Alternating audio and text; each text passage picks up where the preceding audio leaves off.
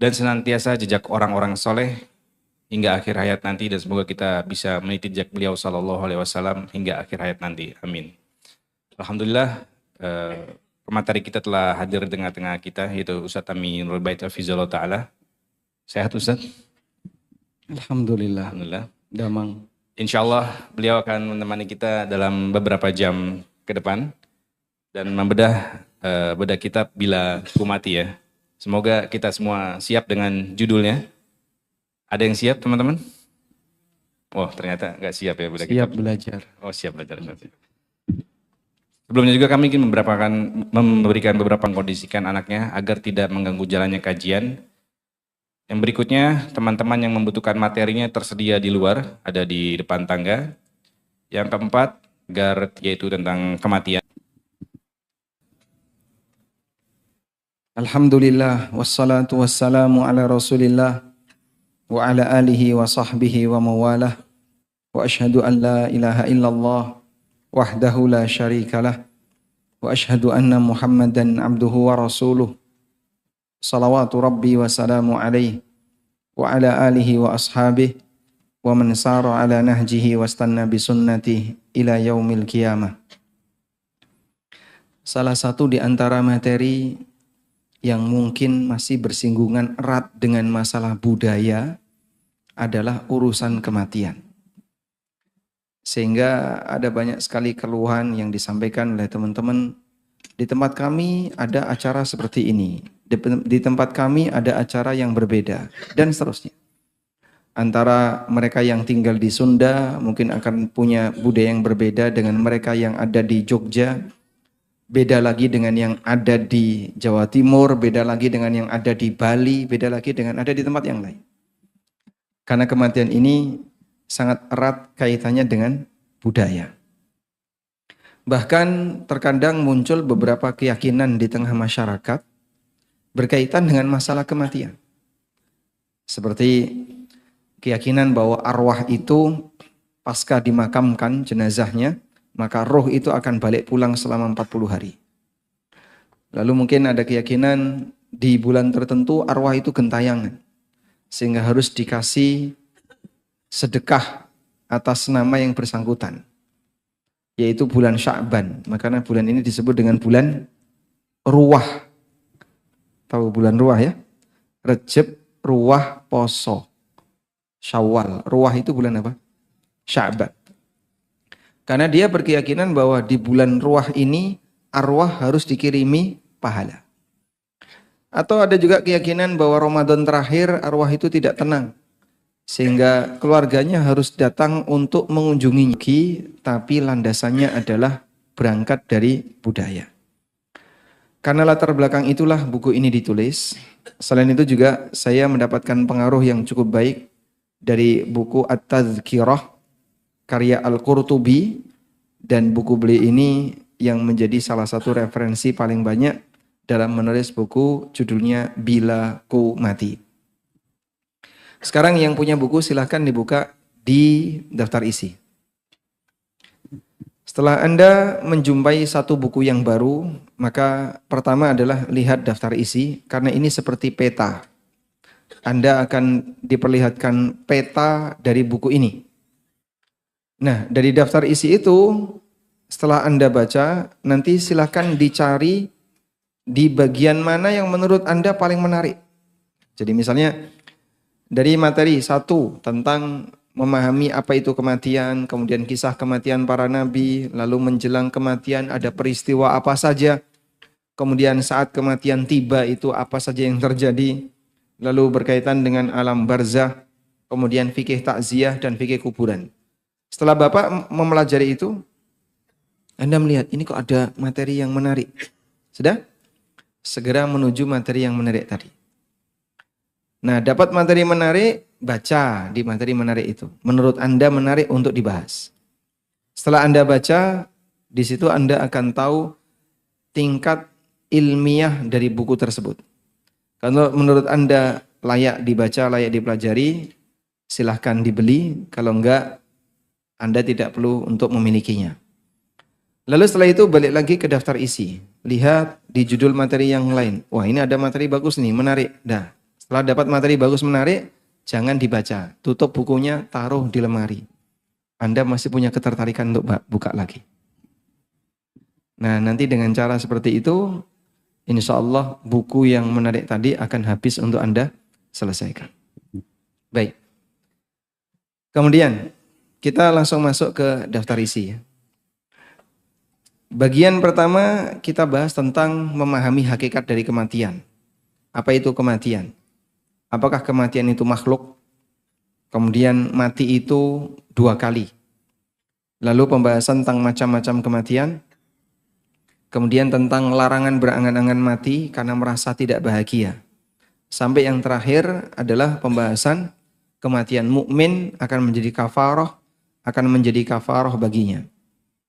Lalu beralih pada pembahasan kisah kematian para nabi.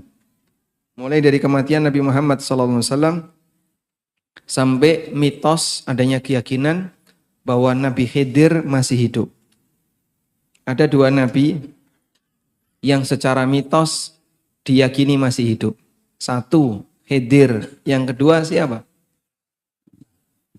Kalau Nabi Isa berdasarkan dalil. Nabi Ilyas. Ada 2 nabi yang diyakini secara mitos dia masih hidup. Yang pertama Nabi Khidir, yang kedua Nabi Ilyas. Kalau Nabi Idris diangkat oleh Allah ke langit. Nabi Isa hidup dengan nas Al-Quran. Allah menegaskan, وَمَا قَتَلُوهُ وَمَا صَلَبُوهُ وَلَكِنْ شُبِّهَ لَهُمْ. Yahudi itu tidak pernah membunuh Isa, tidak pernah menyalib Isa, tapi ada yang diserupakan dengan Nabi Isa. Lalu yang diserupakan inilah yang kemudian dikorbankan dan dia menjadi korban pembunuhan dan disalib. Bal ra'afa'ahu Allahu ilaih, dan Allah mengatakan Allah mengangkat Nabi Isa kepadanya, dan Nabi Isa diangkat oleh Allah roh dan jasadnya. Maka kaum muslimin meyakini Nabi Isa masih hidup. Berkaitan dengan akhir dari Nabi Isa, ada 3 pemahaman manusia yang berbeda. Pendapat pertama mengatakan bahwasanya Nabi Isa mati disalib dalam keadaan su'ul khotimah. Karena dia sebagai pemberontak sehingga tertangkap lalu dibunuh. Ini keyakinan Yahudi. Al-Khabith, keyakinan yang tercela yang dimiliki oleh Yahudi. Dan mereka mengatakan inna qatalnal masih ibn Maryam Rasulullah. Kami telah berhasil membunuh Al-Masih bin Maryam yang merupakan utusan Allah. Dan dibantah oleh Allah, wa ma qataluhu wa ma salabuhu walakin syubbiha lahum. Mereka tidak pernah membunuh Isa, tidak pernah menyalib Isa, tapi Allah serupakan ada orang yang dibuat wajahnya sama seperti Nabi Isa dan dialah yang jadi korban. Yang kedua, ada yang meyakini bahwa Nabi Isa Anda dan dosa semua umat manusia menurut keyakinan mereka. Dan beliau meninggal dalam kondisi sebagai manusia suci. Sebagaimana kita tahu ini adalah keyakinan Nasrani. Ada seorang pendeta Amerika yang pernah ditanya oleh masyarakat ada di sana melalui telepon dan itu direkam ya. Saya nonton rekamannya. Kenapa kalian itu selalu pakai kalung salib? Kemana-mana pakai kalung salib. Apakah kalau Yesus itu dibunuh pakai kursi listrik, kalian akan pakai kalung kursi listrik? Terus pendeta ini ya diem. Sehingga mereka membawa kalung salib kemana-mana untuk mengenang kematian tokoh yang dia anggap sebagai penebus dosa tadi. Nah ini kan berkebalikan dengan ajaran yang ada dalam agama ini. Sudahlah anggap saja itu sebagai musibah. Kalau kita sepakat bahwasanya itu adalah musibah misalnya, maka seharusnya musibah itu dilupakan bukan dikenang. Tapi mereka membawa kalung salib kemana-mana karena ini adalah alat yang dipakai untuk membunuh nabiku. Ini seharusnya kebalik Pak ya. Misalnya orang yang Bapak cintai, orang tua misalnya, dibunuh oleh orang lain pakai celurit. Dan barang bukti itu ada di rumah Anda. Kira-kira apa yang akan Anda lakukan ketika melihat celurit? Celurit apa bahasa Indonesia? Celurit kan? Ya. Dibunuh pakai celurit, ya. Pakai celurit. Kira-kira apa yang akan Anda lakukan kalau melihat celurit? Oh, saya akan teringat bapak saya. Saya akan sedih. Mungkin ketakutan ketika dia nyentuh celurit. Karena ini justru akan mengenang peristiwa pembunuhan bapaknya. Maka normalnya manusia seharusnya seperti itu. Sehingga mungkin perlu dipertanyakan, kamu itu bangga dengan salib atau takut dengan salib? Karena itulah di akhir zaman Allah Subhanahu wa taala ketika menurunkan Nabi Isa alaihissalam sebagaimana disebutkan dalam hadis dari An-Nawas bin Sam'an, setelah Nabi Isa berhasil membunuh Dajjal, beliau mematahkan semua salib sebagai bukti bahwasanya beliau sendiri mengingkari keberadaan alat seperti ini atau benda seperti ini. Baik. Kemudian yang ketiga, keyakinan bahwa Nabi Isa tidak mati ketika itu. Beliau belum mati dan beliau diangkat oleh Allah. Beliau tidak mati, beliau tidak dibunuh, tapi beliau diangkat oleh Allah. Diangkat kemana Pak? Ke langit yang kedua. Sehingga Nabi SAW dalam hadis riwayat Bukhari, ketika Isra Mi'raj, beliau naik ke atas, ketemu Nabi Adam di langit pertama, dan beliau ketemu Nabi Isa dan Nabi Yahya di langit yang kedua. Berarti Nabi Isa ada di mana? Langit kedua. Di akhir zaman akan diturunkan oleh Allah. Dan beliau diangkat di usia 33 tahun, lalu di akhir zaman diturunkan oleh Allah, kemudian beliau hidup selama 7 tahun memimpin kaum muslimin. Setelah itu beliau wafat di muka bumi dan disolati oleh kaum muslimin. Sehingga beliau wafat di usia 40 tahun. Terus Pak, rentang selama bertahun-tahun dari mulai beliau diangkat sampai zaman nanti beliau turun, itu nggak dihitung Pak, nggak dihitung.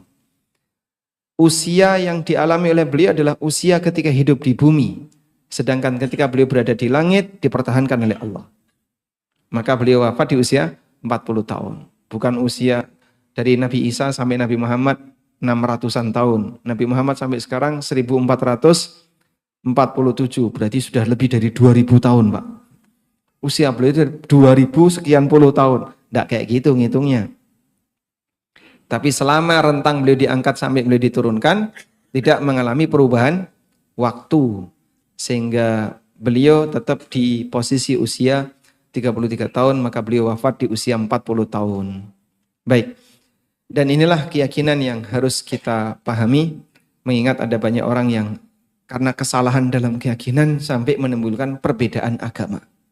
Sehingga satu nabi jadi titik perbedaan 3 agama. Ada Yahudi, Nasrani, dan Muslim. Kehadirannya jadi titik perbedaan, dan hilangnya beliau jadi titik perbedaan. Kembali ke buku.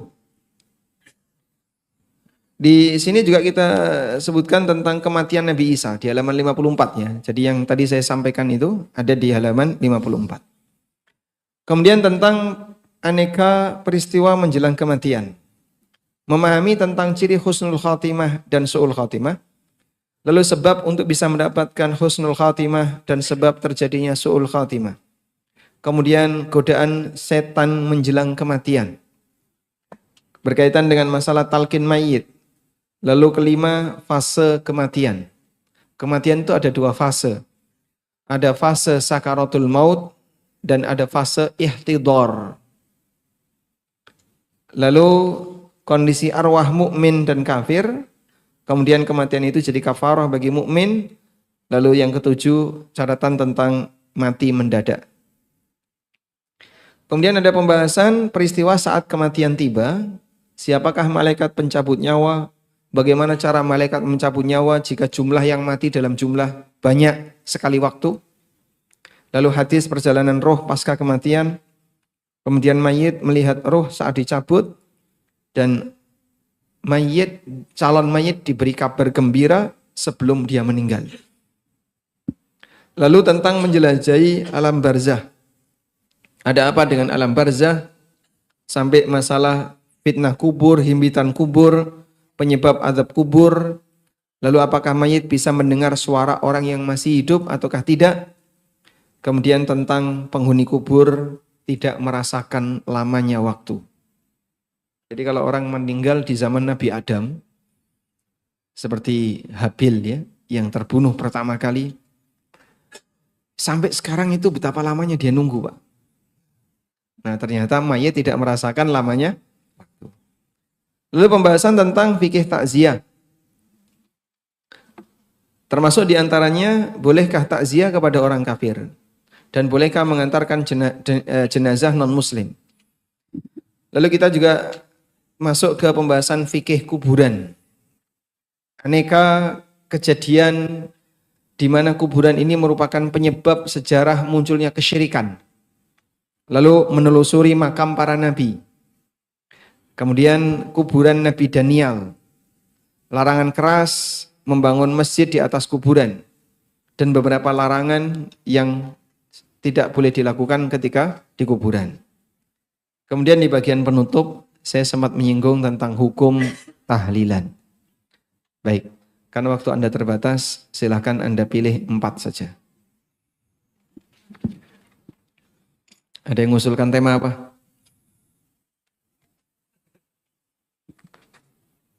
Enggak ada? Kita akhiri sampai di sini. Baik. Coba sekarang kita masuk ke memahami hakikat dari kematian. Bapak buka mulai halaman pertama. Tentang apa itu kematian? Mati itu pasti. Namun bagaimana cara kita mati, ini yang butuh diperjuangkan. Allah menyebut kematian sebagai musibah. Dan bahkan kematian merupakan puncak musibah. Allah berfirman, فَأَصَابَتْكُمْ musibatul maut. Lalu kalian tertimpa musibah kematian. Sehingga kematian termasuk di antara musibah. Bahkan puncak musibah. Kenapa Pak puncak musibah? Karena kalau orang sudah mengalami kematian, dia meninggalkan semua kekayaan dan harta serta nikmat dunia. Sudah selesai. Orang misalnya dia kehilangan mobil, mungkin nggak dapat gantinya Pak? Mungkin. Kehilangan tanah, mungkin nggak dapat gantinya? Mungkin. Kehilangan keluarga, mungkin nggak dapat gantinya? Mungkin. Ditinggal mati istri, apakah mungkin dapat gantinya? Sangat mungkin.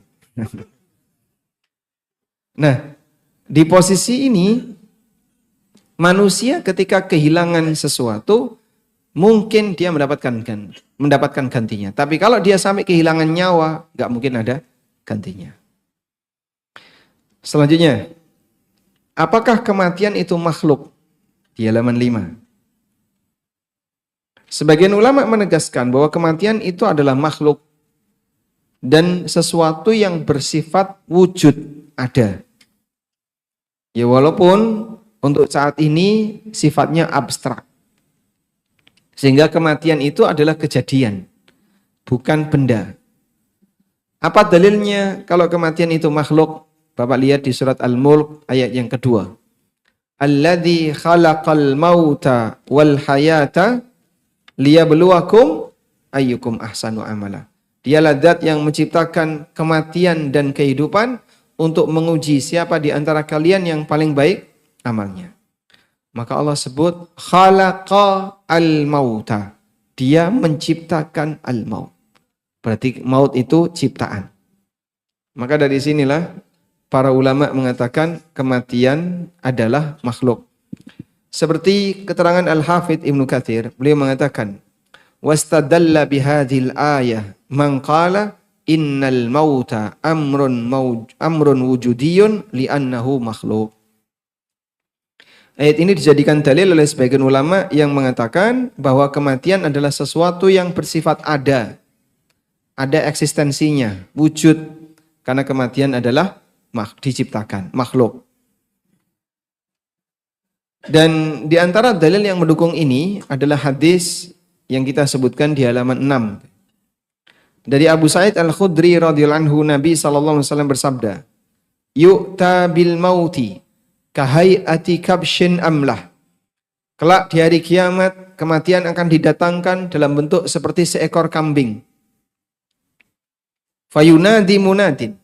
Lalu kematian ini dibawa di tempat antara surga dan neraka. Kemudian dipanggil, ya ahlal jannah, fayashra'ibun wa yandurun. Wahai penduduk surga. Maka mereka pun melongok, yashra'ibun itu melongok, wa yandurun dan melihat ke arah panggilan tadi. Fayaqul, lalu yang memanggil ini bertanya, hal ta'rifuna hadha? Kalian tahu ini apa? Mereka menjawab, na'am, itu adalah kematian. Wa kulluhum qad ra'ahu. Semua mereka melihatnya. Tsumma yunadi, kemudian dipanggillah ke arah penduduk neraka. Ya ahlan nar, wahai penduduk neraka, fayashra'ibun wa yanzurun. Mereka pun melongok dan melihat ke arah panggilan. Lalu ditanya, hal ta'rifuna hadza? Tahu fala enggak enak.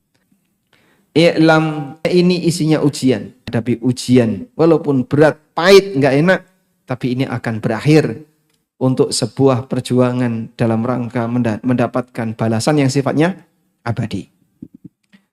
Selanjutnya, mati itu 2 kali. Apa dalil mati 2 kali? Di surat Ghafir ayat 11. Allah Ta'ala berfirman menceritakan tentang dialog penghuni akhirat. Qalu, mereka mengatakan, Rabbana amattana thnataini wa ahyaitana thnatain fa'tarafna bidhunubina fahal ila khurujim min sabil. Mereka berkata, wahai Rabb kami, engkau telah mematikan kami 2 kali dan menghidupkan kami 2 kali. Kami mengakui dosa-dosa kami. Apakah ada jalan untuk kembali ke dunia? Enggak ada. Orang yang sudah mati tidak mungkin balik lagi ke dunia. Dan ayat yang semisal disebutkan oleh Allah di Al-Baqarah 28. Kaifa takfuruna billah wa kuntum amwatan thumma ahya wa kuntum amwatan fa ahyakum thumma yumitukum thumma yuhyikum thumma ilaihi turja'un. Bagaimana kalian kufur kepada Allah padahal dulu kalian mati lalu Allah hidupkan kalian, kemudian Allah matikan kalian lalu Allah hidupkan kalian. Baik. Mati berapa kali? 2 kali. Hidup berapa kali? 2 kali. Pertanyaannya, mati 2 kali itu mati yang pertama kapan, Pak? Kapan mati yang pertama? Sebelum lahir. Sebelum ditiupkan roh. Jasad kita sudah ada utuh sebagai manusia kecil pasca mengalami proses pembentukan manusia di rahim. Dari mulai nutfah, kemudian jadi alaqah, alaqah jadi mudghah, mudghah kemudian dikasih tulang, tulang dibungkus daging sampai jadi manusia utuh. Lalu baru setelah itu ditiupkan arwah. Sehingga arwah atau ruh ditiup saat fisik manusia sudah siap untuk menerima. Bukan dalam bentuk gumpalan-gumpalan dia.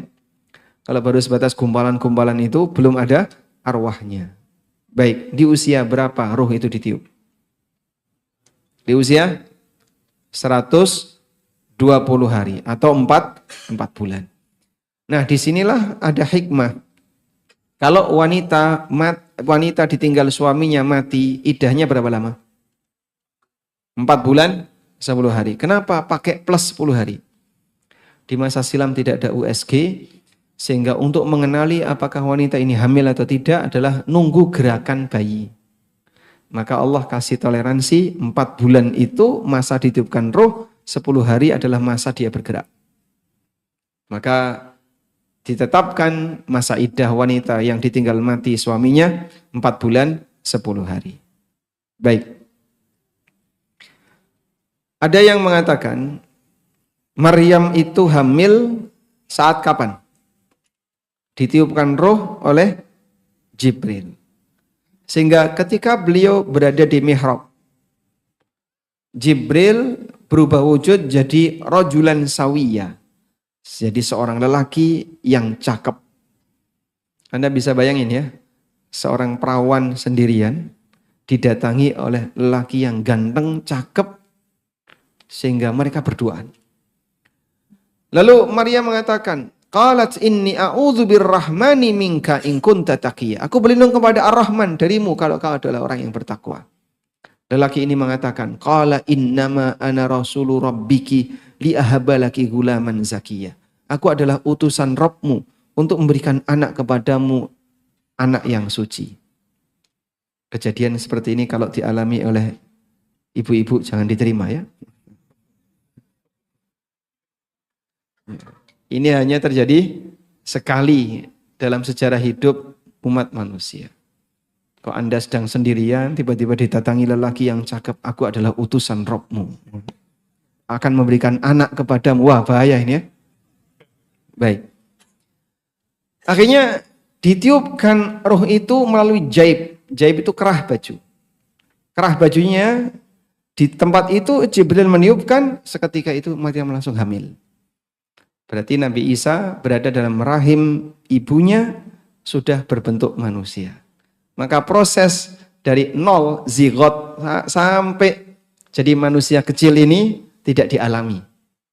Dalam perjalanan hidup Nabi Isa ketika di dalam rahim. Dari sinilah ada sebagian yang mengatakan masa kehamilan Maryam tidak 9 bulan, tapi terpotong 4 bulan pertama. Wallahu alam mengenai kebenaran hal ini. Baik.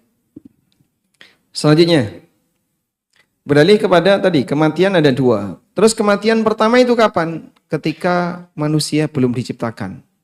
Mereka disebut mati karena belum ada arwahnya. Walaupun jasadnya sudah ada. Yang kedua adalah saat kita meninggal dunia. Sehingga kita sudah mengalami kematian sekali, Anda masih punya 1 kesempatan lagi. Oleh karena itulah kematian yang kedua ini tidak akan ada kematian ketiga. Dan nanti setelah kita meninggal dari dunia ini, kita mengalami kematian yang kedua. Selanjutnya tentang macam-macam kematian. Di halaman 9. Kematian itu ada 2. Ada kematian kecil dan ada kematian besar.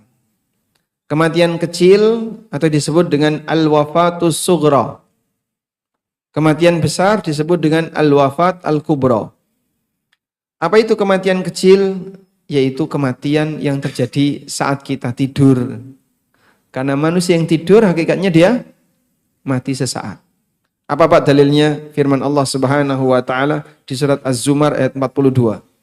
Allahu yatawaffal anfusa hina mautiha wallati lam tamut fi manamiha fayumsikul lati qada 'alaiha al-mauta wa yursilul ukhra ila ajalin musamma. Allah yang mewafatkan jiwa ketika dia mati dan jiwa yang belum mati fi manamiha ketika dia tidur. Fayumsikul lati qada 'alaihal mauta. Lalu Allah tahan arwah yang Allah tetapkan mati. Jadi semua manusia ketika tidur arwahnya dicabut oleh Allah sementara. Begitu dia bangun dikembalikan oleh Allah. Dan ada yang arwahnya dicabut oleh Allah tadi malam, bangunnya besok kiamat. Dia tidur dan dia mati.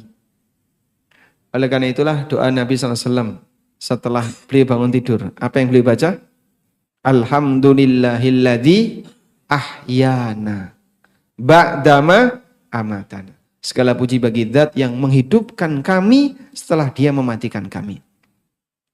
Dalam doa yang lain beliau membaca Alhamdulillahilladzi afani fi jasadi wa radda alayya ruhi wa adzina li bidzikri. Segala puji bagi Zat yang memberikan kesehatan bagi jasadku. Waradda alayya ruhi, dan mengembalikan arwahku. Terkait kematian saat tidur, Allah juga sebutkan di ayat yang lain, yaitu surat Al-An'am ayat 60. Wa huwa alladhi yatawaffakum bil-laili wa ya'lamu ma jarahtum bin-nahar.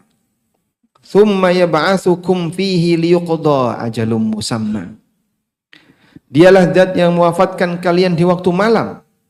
Wa ya'lamu ma jarahtum bin nahar, dan Dia tahu apa yang kalian kerjakan di waktu siang. Dia yang mewafatkan kalian di waktu malam dan Dia tahu apa yang kalian kerjakan di waktu siang. Jadi begini, Pak. Saat kita semuanya tidur tadi malam, Allah wafatkan kita. Dalam keadaan arwah kita dicabut sementara oleh Allah. Lalu orang ini akan dihidupkan kembali oleh Allah. Arwahnya dikembalikan. Allah tahu enggak? Ini orang, nanti kalau aku hidupkan kembali, dia akan maksiat. Allah tahu? Tahu. Ini orang, kalau aku hidupkan kembali, nanti dia akan pamer aurat di Blok M. nanti dia akan maling, dia akan korupsi, dia akan berbuat syirik, dia akan maksiat ini, maksiat ini. Dia tahu? Allah tahu. Tapi sayangnya Allah kepada hamba, tetap dikembalikan arwahnya. Itu ibarat ada maling, Pak, sudah ketangkap, terus dia dilepaskan. Dan yang melepas ini tahu, ini kalau saya lepaskan pasti dia akan maling lagi. Betul, begitu dilepaskan maling lagi. Masya Allah. Betapa banyaknya nikmat yang Allah berikan kepada kita, dan betapa banyaknya kemaksiatan yang kita lakukan. Selanjutnya, semua yakin pasti mati. Ini menekankan bahwa sebatas yakin akan mati belum bisa disebut beriman kepada hari akhir. Sampai dia meyakini adanya kehidupan dan aneka rangkaian kejadian pasca kematian. Kalau hanya sebatas yakin mati, non-muslim juga yakin mati. Ateis juga yakin mati. Sehingga walaupun orang itu tidak beriman kepada Allah, tidak beriman kepada adanya Tuhan, tapi semua yakin mati. Maka kita dengan non-muslim sama-sama percaya pasti mati. Cuman bedanya adalah apa yang terjadi pasca kematian. Nah, disinilah manusia beda pendapat. Ada yang mengatakan orang kalau sudah mati ya sudah selesai. Nggak akan ada kehidupan apapun lagi. Nah, di masa Nabi SAW, seperti ini sudah pernah ada. Namanya kelompok Dahriyun. Namanya kelompok apa, Pak? Dahriyun. Kalau zaman sekarang Dahriyun itu seperti ateis, Pak. Nggak percaya adanya hari akhirat. Dan mereka anggap bahwasanya hidup ini hanya masalah waktu. Ya namanya orang ya masalah waktu saja. Lahir, besar, mati, sudah selesai. Allah sebutkan tentang Dahriyun ini di surat Al-Jathiyah ayat 24. Wa qalu ma hiya illa hayatunad dunya. Mereka mengatakan kehidupan yang kita alami ini hanya kehidupan dunia. Namutu wa nahya, kita mati dan kita hidup, wa ma yuhlikuna illa dahr. Dan tidak ada yang membinasakan kita selain kematian. Ya sudah. Orang kalau waktunya habis ya game over, mati. Kelompok apa namanya? Ad-Dahriyun. Wa ma yuhlikuna illa dahr.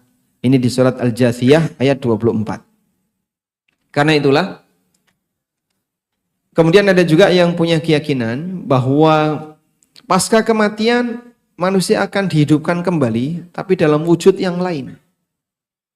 Nah, namanya apa? Reinkarnasi. Nah, terus jadi tren sekarang.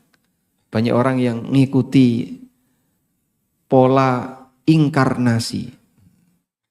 Diet. Enggak doyan nasi ya. Baik. Dan keyakinan ini jelas salah. Tidak mungkin manusia dulu hidup, wah karena dia dulu jahat, jelek, begitu dia mati, dihidupkan kembali jadi tikus. Ada yang dihidupkan kembali jadi kecoa. Ada yang dihidupkan kembali jadi apalagi hewan A, hewan B, hewan C. Kalau seperti ini, berarti yang hidup sekarang jumlahnya sama sebagaimana yang hidup dulu. Kan begitu ya? Karena apa yang hidup sekarang adalah perwujudan dari apa yang dulu sudah ada. Berarti manusia ini, Pak, asalnya dari mana, Pak? Menurut teori reinkarnasi ya beragam, berwarna-warni. Sehingga kambing yang baik hati, begitu dia mati, nanti dia dihidupkan jadi manusia. Masya Allah. Baik. Dan ini jelas keyakinan yang salah. Lalu ada juga yang mengatakan manusia setelah mati, dia akan dihidupkan kembali oleh Allah dan dia akan mendapatkan kenikmatan. Karena dosanya sudah dijamin oleh sang penebus dosa. Dan masing-masing yang namanya keyakinan ini dipengaruhi oleh agamanya. Makanya kita punya keyakinan yang berbeda antara satu dengan yang lain. Sehingga kalau hal ini salah, bisa memberikan efek kepada amalia. Ya. Bapak, saya jamin Bapak masuk surga. 25 juta. Masya Allah. Bayar 25 juta, dijamin masuk surga. Ada kayak gitu, Pak? Ada sekte yang ngajarin kayak gitu. Kamu ikuti saya. Kalau kamu ikut kelompok kami, nanti tak tunggu di pintu surga. Yang penting pokoknya kamu adalah anggota dari ormas saya. Sebut saja kamu adalah muridnya Kanjeng Sinten. Pasti kau akan diselamatkan dari neraka. Dan seterusnya. Aneka keyakinan konyol seperti ini mengajarkan orang bergantung kepada amal orang lain. Akhirnya mereka nggak sholat. Mereka nggak puasa. Mereka tidak beribadah. Bahkan mohon maaf, sebagian penjahat merasa aman karena sudah ada Habib yang menjamin dia. Dia pengikut Habib tertentu. Ya tidak semua Habib seperti itu. Ada oknum-oknum Habib yang kayak gitu. Dan ini kan akidah permisifme. Sebagaimana yang terjadi pada agama yang lain. Akhirnya yang rajin ibadah dengan yang tidak rajin ibadah, gimana? Sama saja. Nah buat apa rajin ibadah oleh itu? Baik. Selanjutnya. Larangan berangan-angan mati karena merasa hidup tidak bahagia. Ketika seorang ulama mendengar ada orang yang bosan hidup, dia mengatakan, lebih baik aku mati. Spontan ulama itu mengatakan, ya bena akhi, la taf'al. La sa'atun ta'ishu fiha, tastaghfirullah khairun laka min mautid dahri. Wahai anakku, janganlah kau lakukan itu. Jangan kau lakukan itu. Kau bisa bertahan hidup sesaat, itu lebih baik daripada, dan kau istighfar ketika kau hidup, lebih baik daripada kau mati. Sebab waktu bagi mukmin itu seperti modal. Maka yang sudah diberi waktu hidup, Anda dapat modal. Makanya Allah Subhanahu wa taala berfirman, wal asri, demi waktu, innal insana lafi khusr. Sesungguhnya manusia banyak yang rugi karena dia tidak bisa memanfaatkan waktunya sebagai modal hidupnya. Kita semuanya pasti akan mati untuk berpulang kembali kepada Allah. Pulang untuk selamanya. Oleh karena itu, saat Allah masih memberikan modal hidup kepadamu, manfaatkan sebaik mungkin. Karena nanti ketika manusia pulang, di sana ada 3 keadaan. Ada orang yang berangkat bawa modal dan dia pulang bawa untung. Ada yang berangkat bawa modal dan dia pulang untungnya, dan dia pulang modalnya habis nggak dapat apa-apa. Ada yang berangkat bawa modal dan dia pulang bawa utang. Siapa yang rugi? Siapa yang rugi? 1, 2, 3, yang mana yang rugi? 2 dan 3. Dan sebagian besar manusia yang mana Pak yang dialami mereka? Bisa jadi yang ketiga. Dia diberi waktu oleh Allah sebagai modal hidupnya dan dia pulang bawa utang. Artinya dia kembali kepada Allah dengan membawa dosa. Oleh karena itu, mumpung masih punya kesempatan hidup, manfaatkan sebaik mungkin. Saya cerita tentang hadis Thalha bin Ubaidillah. Sahabat Thalha bercerita, ada 2 sahabat namanya A dan B. Karena di hadis itu tidak disebutkan nama aslinya, sebut saja A dan B. Mereka masuk Islam bareng. A lebih rajin ibadah daripada B. Dan A mati syahid. Sementara B bertahan hidup setahun setelah wafatnya A. Lalu Thalha bermimpi. Dalam mimpinya, beliau berada di depan pintu surga, ketemu dengan A dan B. Tiba-tiba keluarlah penjaga surga. Lalu dia mempersilahkan, wahai B, silahkan kamu masuk. Maka B masuk surga lebih dulu. Lalu penjaga surga ini keluar lagi, memanggil A, sekarang kamu silahkan masuk. Kemudian A masuk surga. Setelah B. Kemudian penjaga ini keluar lagi, lalu mengatakan kepada Thalha, amma anta farji fa innaka lam ya'ni ba'du. Kamu silahkan pulang karena belum waktunya. Pulanglah Thalha dan beliau bangun tidur. Lalu beliau ceritakan mimpi itu kepada sahabat yang lain sampai jadi berita viral. Di mana-mana viral. Sebab ini aneh ya. Ada yang janggal. Hingga tibalah berita itu ke telinga Nabi SAW. Maka beliau tanya, madza ta'jabun? Mana yang membuat kalian heran? Ya Rasulullah, si A ini lebih rajin ibadah, mati syahid. Tapi kenapa si B masuk surga lebih dulu? Kemudian Nabi SAW mengatakan, Alaysa hadha qad ahyahu Allahu sanatan ba'da. Bukankah Allah telah memberikan dia kesempatan hidup 1 tahun setelah A? Iya. Wa shalla kadza wa kadza, dan dia melakukan salat sekian rakaat. Betul. Wa dakhala alaihi Ramadan, dan dia ketemu bulan Ramadan. Fama bainahuma ma bainas sama'i wal ard, maka jarak antara keduanya seperti langit dan bumi. Bapak lihat di hadis ini, satu Ramadan bisa menyebabkan tingkatan derajat orang naik tinggi. Bagaimana dengan banyak Ramadan? Maka disyukuri dengan ketemu Ramadan. Baru saja saya ketemu dengan orang yang usianya 80-an tahun. Dan beliau bilang, semoga nanti saya ketemu Ramadan lagi.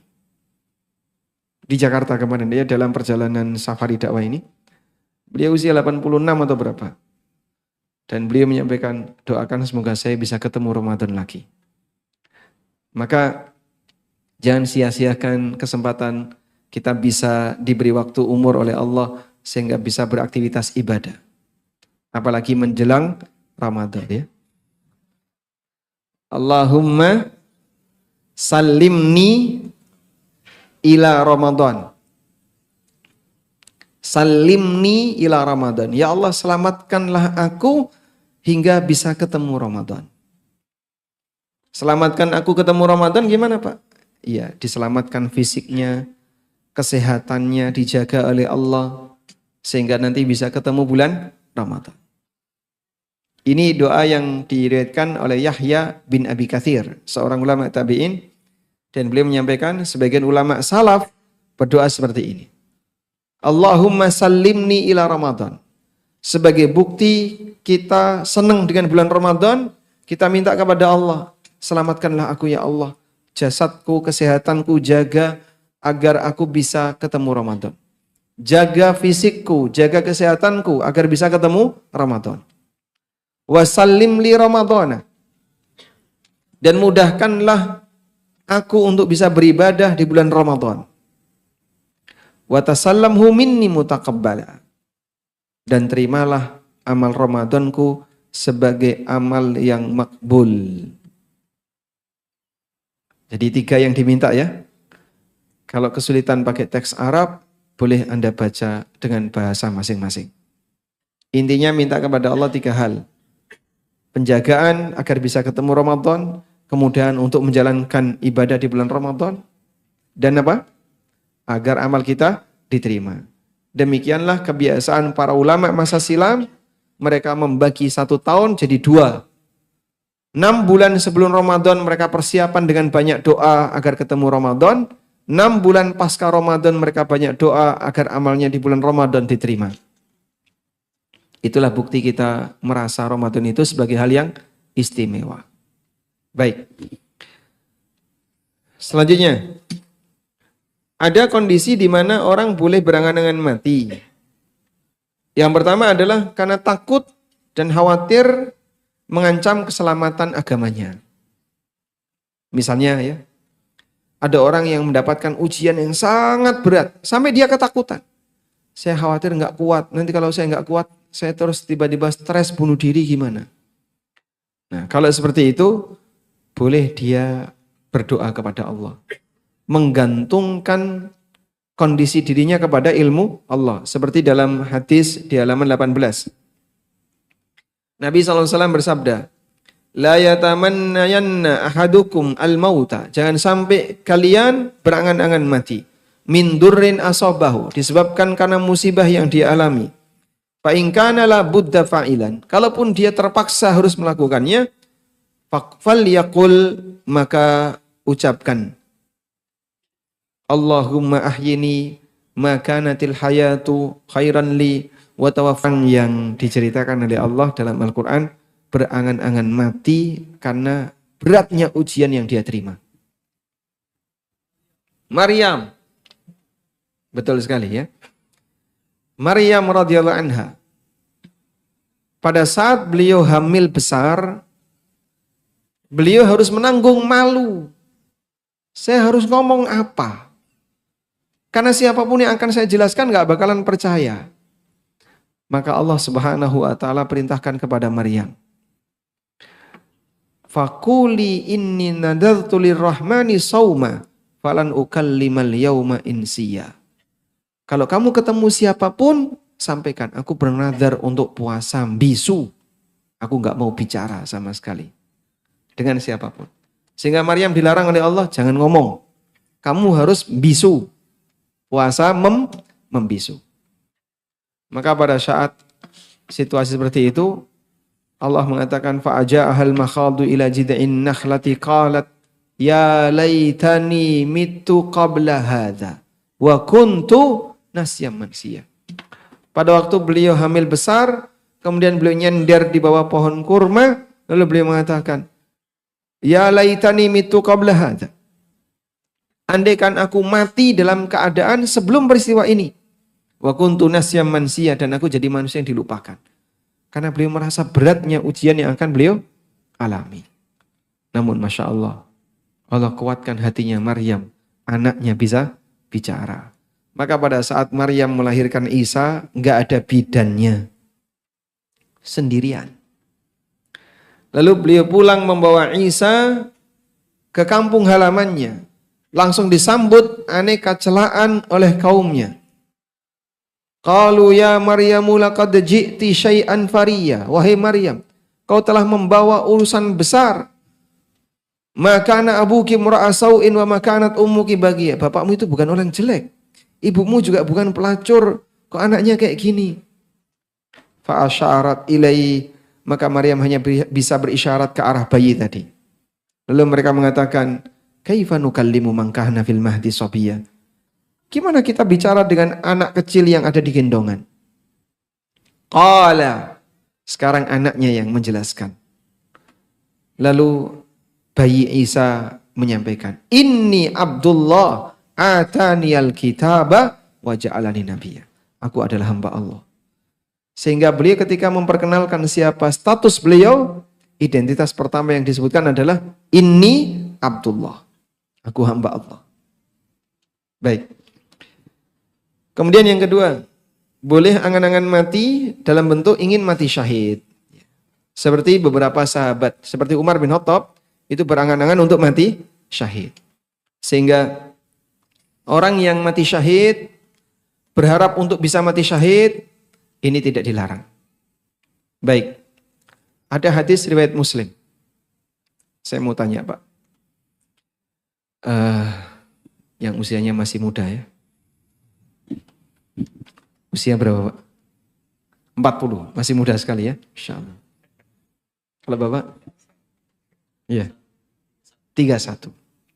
Andaikan ada panggilan jihad, kira-kira Bapak siap berangkat gak? Gas. Insyaallah. Perlu izin istri dulu gak? Perlu. Tapi kalau istrinya nggak terima, jangan berangkat. Nanti saja kalau usianya sudah 80 tahun. 80 tahun jihad. Ngerepoti ya. Apa yang membuat orang itu ketakutan dalam masalah ini? Oh, nanti anak istri saya gimana? Terus saya gimana? Sudahlah Bapak tenang saja, maju. Karena berada di medan perang itu tidak sama dengan mendatangi kematian. Sebab ajal itu terlindungi. Sudah? Mungkin masyarakat di zaman kita akan terasa berat. Untuk berangkat itu berat Pak. Dengan resiko kematian. Tapi bagi para sahabat itu tidak. Mereka jihad untuk nyari, yang dicari bukan kemenangan, tapi nyari mati. Sampai Khalid bin Walid radhiyallahu anhu, pada saat beliau sakit di atas dipan beliau merasa sedih. Berkali-kali perang kok nggak pernah dapat kesempatan untuk mati syahid. Karena kita mungkin terasa berat untuk itu. Nah, dalam hadis riwayat Muslim, mudah-mudahan jadi motivasi bagi kita ya. Rasulullah SAW pernah bersabda, "Malam yaghzu." Barang siapa yang tidak pernah berperang selama hidupnya, walam yakhtur bibalihi ay yaghzuwa. Yang kedua, orang yang tidak pernah terbayang dalam hatinya untuk siap berperang. Siapa yang tidak pernah berperang dan siapa yang tidak terbayang dalam hatinya untuk siap berperang, mata ala syu'batin minan nifaq, maka dia mati dalam keadaan membawa salah satu cabang kemunafikan. Siapa yang tidak pernah berperang dan tidak pernah berharap untuk bisa perang dalam hatinya, maka sampai di kemudian dia mati, maka dia mati dengan membawa salah satu cabang kemunafikan. Maksudnya gimana? Kita saat ini hidup di zaman alhamdulillah penuh dengan keamanan. Bukan suasana perang dunia seperti dulu ya. Sehingga karena hidup kita yang demikian nyaman, apalagi manusia yang bersinggungan dengan banyak kenikmatan dunia, membuat orang jadi lemah batin. Sehingga dia punya penyakit wahan. Apa itu? Hubbud dunya wa karahiyatul maut. Senang dunia dan takut mati. Terus gimana Pak? Nah dalam kondisi itu karena dia takut mati, maka ajakan jihad mungkin akan berat bagi dia. Nah minimal kalaupun tidak ada ajakan jihad, kita sudah pasang siaga. Andaikan ada, saya siap untuk berangkat. Nah setidaknya tujuannya adalah agar kita mati tidak dalam keadaan membawa cabang kemunafikan. Wallahu a'lam. Walhamdulillah. Baik. Asar jam berapa? 7 menit lagi. Coba kita tambahkan berkaitan dengan masalah jimat menunda kematian. Ada sebagian orang yang memahami orang yang punya jimat itu matinya susah. Betul nggak kayak gitu Pak? Karena begitu jimatnya dirusak mati Pak. Tapi ketika jimatnya masih ada dia susah mati. Nah ini perlu kita luruskan ya. Karena Al-Quran menegaskan bahwa ajal itu tidak bisa dipercepat, tidak bisa ditunda. Allah mengatakan, walikulli ummatin ajal. Setiap umat telah ditetapkan ajalnya. Fa idza jaa ajaluhum, apabila telah datang ajal mereka, la yastakhiruna sa'atan wa la yastaqdimun, maka tidak bisa dipercepat walaupun sesaat, tidak bisa ditunda walaupun sesaat. Sebab yang punya nyawa itu Allah. Sehingga manusia kalaupun dia berada dalam situasi yang sangat mematikan, tapi kalau Allah berkehendak tidak mati, dia tidak akan mati. Sebab yang punya nyawa itu Allah. Makanya Pak, tukang sihir, ini wadah tisu Pak. Kalau ada tukang sihir, nyihir, jadi ayam, bisa nggak? Nggak bisa. Karena tukang sihir tidak punya nyawa ayam. Nah terus Pak, tukang sihirnya Musa, tukang sihir yang beradu dengan Nabi Musa, tukang sihirnya Fir'aun. Mereka melempar kayu, mereka melempar tali, terus berubah jadi ular. Itu sihir pandangan mata. Allah berfirman dalam Al-Quran, saharu a'yunan nas wastarhabuhum. Mereka menyihir a'yunan nas, pandangan mata manusia, dan membuat manusia takut. Sehingga tukang sihir itu tidak punya kemampuan mendatangkan nyawa, menghidupkan sesuatu. Maka adanya adalah ilusionis. Sulap atau tipuan menipu pandangan mata. Saya masih ingat waktu saya kecil ya. Mungkin saya ingat saya kelas 1 SD atau berapa itu. Ada pertunjukan-pertunjukan kayak gitu Pak. Saya nonton Pak. Tapi karena berdarah-darah jadi saya agak takut dari jauh nontonnya. Orang dipotong kepalanya, ya, dipenggal, terus ditaruh di nampan, terus dia keliling. Setelah itu dipasang lagi, hidup lagi. Nah itu gimana itu Pak? Ya misalnya kayak kalau debus kan kebal ya. Kali ini enggak, dia dipotong, keluar darah, ditaruh di nampan, dikelilingkan, terus dipasang lagi. Ya normalnya mati, tapi kok bisa hidup? Itu sihir pandangan. Jadi kalaupun memang ada seperti itu hanya sihir pandangan mata. Jadi yang ada di situ mereka melihat seolah-olah dia mati. Atau dia terpotong, padahal aslinya itu hanya pandangan mata. Nah itulah tukang sihirnya Fir'aun yang kemudian mereka bertobat setelah kalah dengan Musa. Terus kalau jimat gimana Pak? Pemakai jimat susah matinya. Ini anggapan yang tidak benar. Bukan karena kematiannya tertunda, namun karena memang belum datang ajalnya. Kok susah matinya Pak? Memang belum waktunya mati. Nah begitu jimatnya dirusak, ya memang sudah waktunya mati. Sementara dia mengalami kesusahan ketika wafat, ini sebagai hukuman dari Allah menjelang kematiannya. Banyak orang kafir atau orang fasik yang merasakan kesakitan yang lebih saat mendekati kematian. Allah berikan kepada mereka hukuman menjelang kematiannya. Disinilah kita bisa mendapatkan, coba di halaman 29 ya, lihat. Di paragraf setelah kata jawab. Jawab, bukan karena kematiannya ditunda, namun karena memang belum datang ajalnya.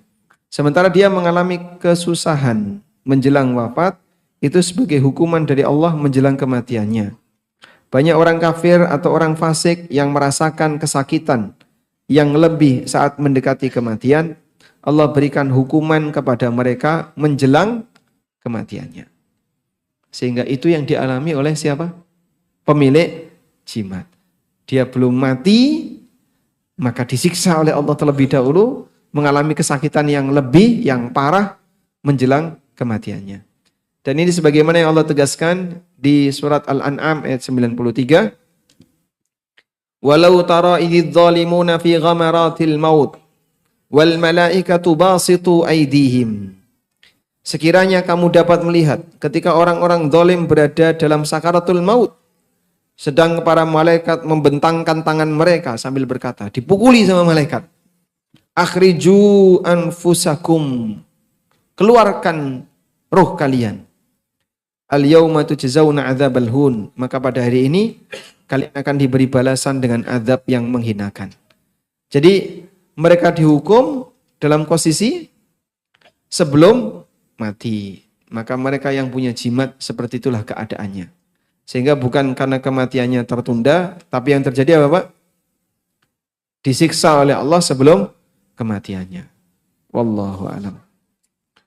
Lalu yang terakhir di bab ini, kematian yang dialami oleh mukmin, mereka akan mendapatkan kafarah. Sehingga rasa sakit yang dialami itu akan menjadi penghapus bagi dosanya. Makanya kematian bagi mukmin itu kesempatan untuk istirahat. Kalau semua orang mengaku bahwa setiap orang yang mati berarti dia berada dalam keadaan rest in peace. Tapi sejatinya yang dapat itu hanya mukmin. Selain yang beriman, mereka tidak sedang berada dalam kedamaian, tapi berada dalam kesusahan yang abadi. Ibnu Mas'ud mengatakan, laisa lil mu'mini rahatun duna liqa'illah. Seorang mukmin tidak akan benar-benar merasakan istirahat sebelum berjumpa dengan Allah alias mengalami kematian. Semoga Allah berikan kita husnul khatimah. Insya Allah setelah asar nanti kita lanjutkan sedikit lalu tanya jawab. Wassallallahu ala nabiyyina Muhammadin wa ala alihi wa sahbihi wasallam.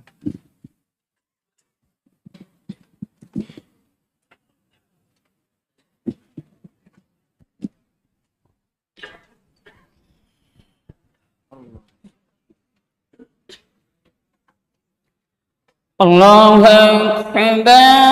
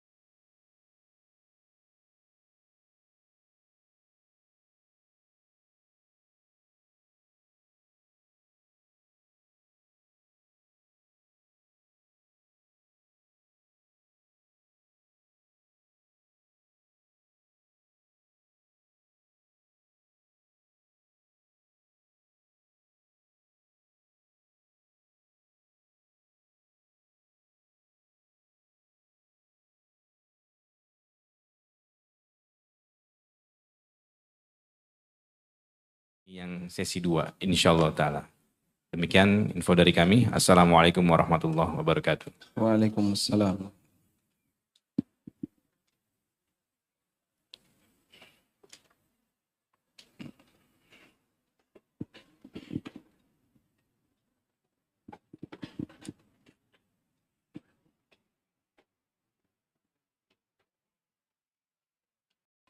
Alhamdulillah wassalatu wassalamu ala Rasulillah wa ala alihi wa sahbihi wa mawalah wa asyhadu an la ilaha illallah wahdahu la syarikalah wa asyhadu anna Muhammadan abduhu wa rasuluh sallallahu alaihi wa ala alihi wa sahbihi wa man tabi'al huda ila yaumil qiyamah.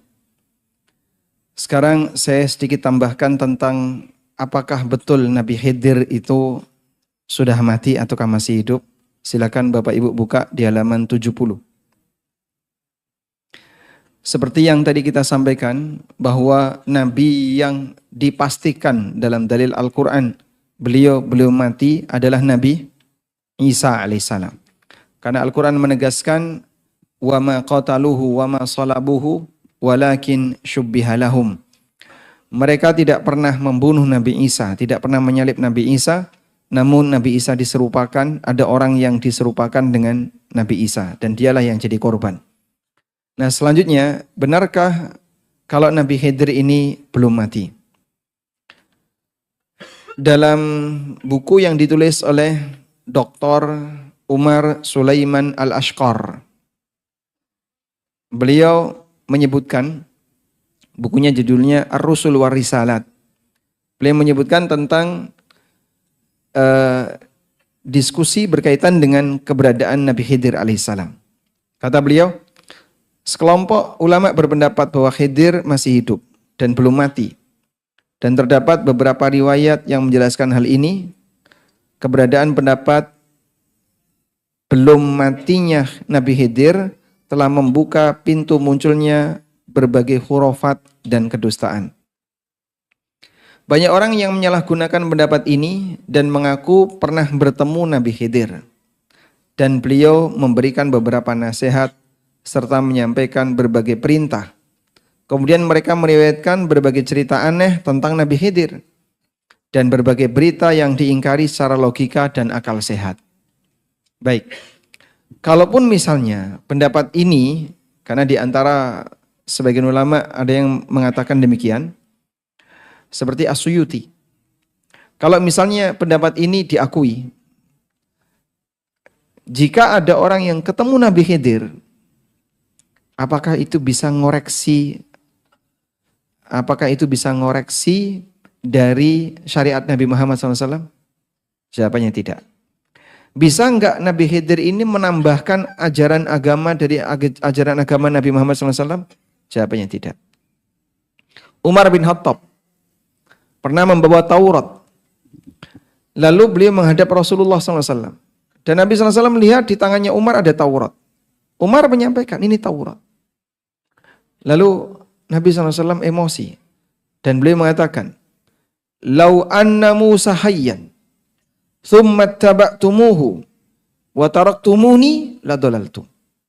Wahai Umar, andaikan Musa itu hidup, lalu kalian mengikuti Musa, dan kalian tinggalkan aku, maka kalian akan tersesat. Karena kaum muslimin sudah diberi oleh Allah ajaran syariat yang sempurna berupa Al-Quran dan hadis Nabi SAW, dan Al-Quran menegaskan al-yawma akmaltu lakum dinakum. Pada hari ini telah aku sempurnakan agama kalian. Ini kitab suci yang jelas masih ada, yaitu Taurat, yang dulu pernah diturunkan oleh Allah kepada Musa. Walaupun isinya mengalami perubahan atas tangan-tangan Yahudi. Tapi andaikan yang dibaca oleh Umar itu Taurat yang masih banyak sisi aslinya, tapi Nabi SAW melarangnya untuk dijadikan sebagai panduan. Apalagi kalau hanya sebatas ngaku ketemu Nabi Khidir dan gak jelas nilai kebenarannya. Coba cirinya Nabi Khidir kayak gimana? Antara yang ketemu satu dengan yang ketemu dua cirinya beda. Yang satu melihat wajahnya putih, jenggotnya panjang putih semuanya. Yang satu bilang jenggotnya pendek, Pak. Rambutnya yang putih. Yang satu bilang mungkin cirinya beda-beda lagi. Lah terus yang benar yang mana? Bisa jadi itu adalah setan dalam halusinasi dia yang kemudian mengaku Khidir. Maka tidak bisa kita percaya. Kemudian banyak ulama besar muhadditsin, banyak ulama ahli hadis yang berpendapat lemahnya riwayat yang mengatakan bahwa Nabi Khidir masih hidup. Di antara ulama ahli hadis yang melemahkan riwayat ini adalah Imam Bukhari, Ibnu Dihyah, Al-Hafidh Ibnu Katsir, dan Al-Hafidh Ibnu Hajar Al-Asqalani. Alasan terkuat yang mereka sampaikan untuk membantah pendapat Nabi Khidir masih hidup adalah sebagai berikut. 1. Tidak ada satupun hadis sahih yang menyatakan Nabi Khidir masih hidup. Yang kedua, andaikan beliau masih hidup, tentu diwajibkan bagi beliau untuk mendatangi Nabi Muhammad SAW dan mengikuti dakwah beliau, membantu dakwah beliau. Karena dalam Al-Quran Allah telah mengambil janji kepada semua nabi bahwa jika nanti diutus nabi yang terakhir, apakah mereka akan mengikuti nabi itu dan mendukung dakwahnya? Mereka mengatakan kami berjanji akan mendukung dakwahnya. Ini seperti yang ditegaskan di surat Ali Imran ayat 81. Kita bacakan ayatnya. Wa idh akhadallahu mitsaqan nabiyyin.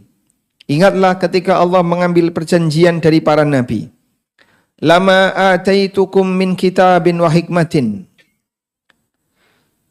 Sungguh apa saja yang aku berikan kepadamu berupa kitab dan hikmah. Tsumma ja'akum rasulun. Kemudian datang kepada kalian utusan yang terakhir, musaddiqul lima ma'akum, yang membenarkan dengan apa yang kalian bawa. La tu'minunna bihi wa la tansurunna. Apakah kalian akan beriman kepadanya dan membantu menolongnya? Qala, Allah berfirman, aqrartum wa akhadtum ala dzalikum isri.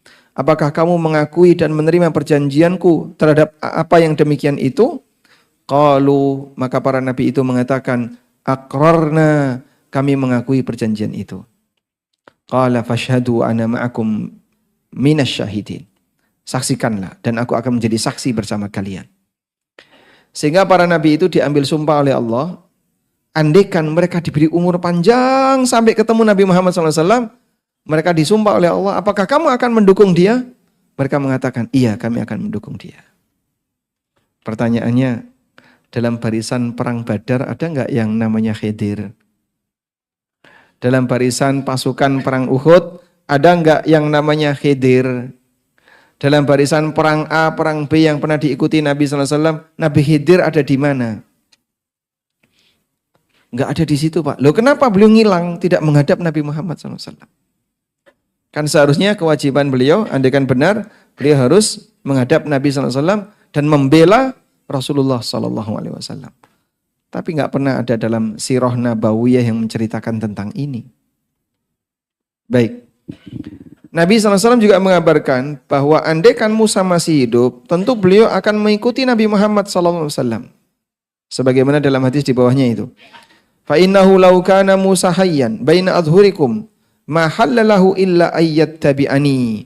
Andaikan Musa itu hidup di tengah kalian, maka tidak halal bagi beliau kecuali harus mengikutiku. Karena Nabi yang terakhir ini sebagai pemimpin Sayyidul Anbiya, pemimpin para Nabi. Sehingga Nabi yang lain harus mengikuti beliau. Makanya saat Isra, beliau sholat di mana? Baitul Maqdis. Beliau ngapain di situ? Ngimami, dan makmumnya siapa? Arwah para nabi. Kok bisa, Pak? Kan mereka sudah meninggal. Maha kuasa Allah. Allah Subhanahu wa taala datangkan mereka dalam satu waktu, di satu malam yang tidak kelihatan oleh manusia biasa, tapi Rasulullah sallallahu alaihi wasallam memimpin mereka dalam salat di Baitul Maqdis. Baik. Ibrahim Al-Harb pernah bertanya kepada Imam Ahmad, apakah Khidir dan Nabi Ilyas masih hidup? Lalu bagaimana kita bisa mendapatkan riwayat itu? Kemudian Imam Ahmad mengatakan, man ahala ala ghaibin lan yumsif minhu wa ma alqa hadza illa syaitan. Siapa yang terlalu kepo dengan urusan gaib, yang nggak jelas dalilnya, maka dia tidak akan bersikap proporsional dalam masalah ini. Dan tidak ada yang membisikkan berita ini kecuali setan.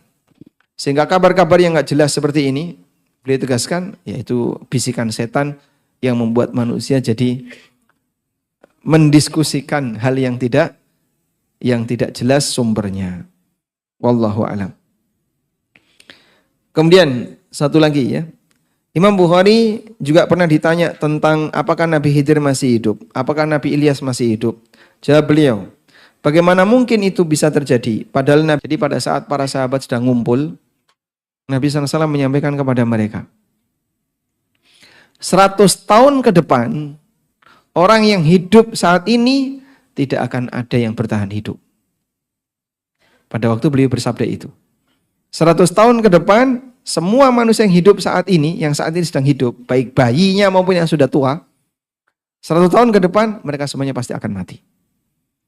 Sehingga sabda ini memberikan pernyataan tegas bahwasanya di zaman itu tidak ada yang bisa berusia lebih dari 100 tahun. Andai kan Khidir waktu itu masih hidup, ya usia beliau sudah berakhir di 100 tahun pasca Nabi SAW mensabdakan kalimat ini.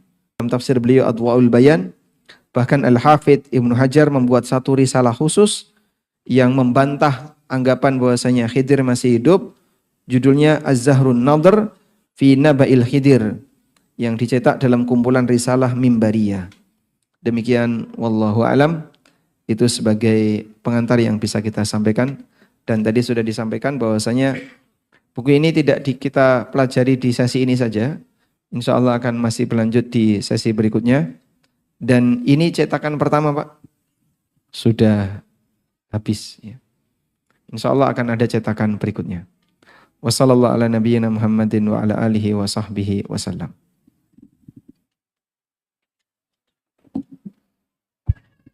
Insya Allah kita akan langsung masuk ke sesi tanya jawab. Pertanyaan yang pertama adalah, Assalamualaikum warahmatullahi wabarakatuh. Waalaikumsalam warahmatullahi wabarakatuh. Ustadz boleh bertanya, kenapa saya suka merasa takut tentang kematian? Karena merasa dosa saya banyak dan belum banyak beramal atau bekal yang dibawa. Terima kasih Ustadz. Manusia takut mati itu normal enggak Pak? Normal.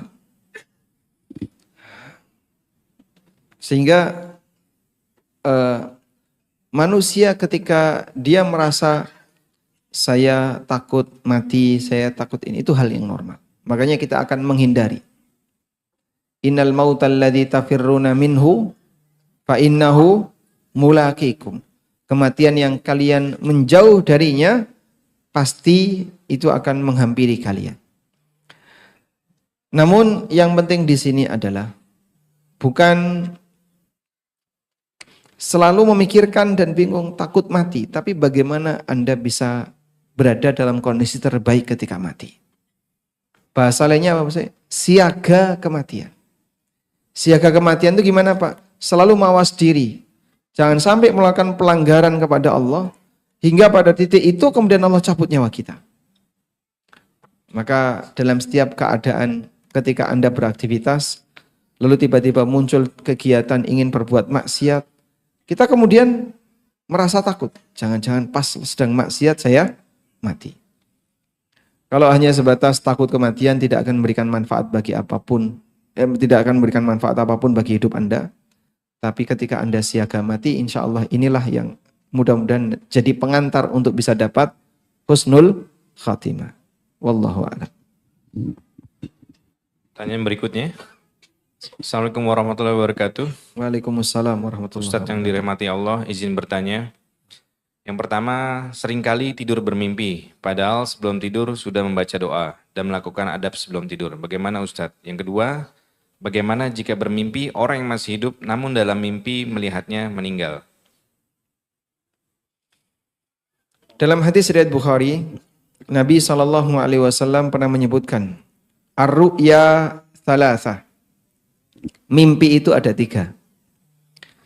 Bushram minallah wa hadithun nafsi wa lu'batus syaitan.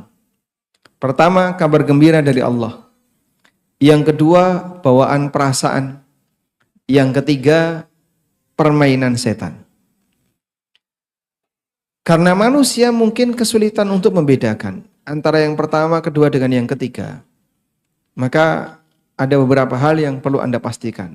Satu, mimpi itu tidak mengubah takdir. Sehingga mimpi apapun, takdir Anda tidak bergantung pada mimpi.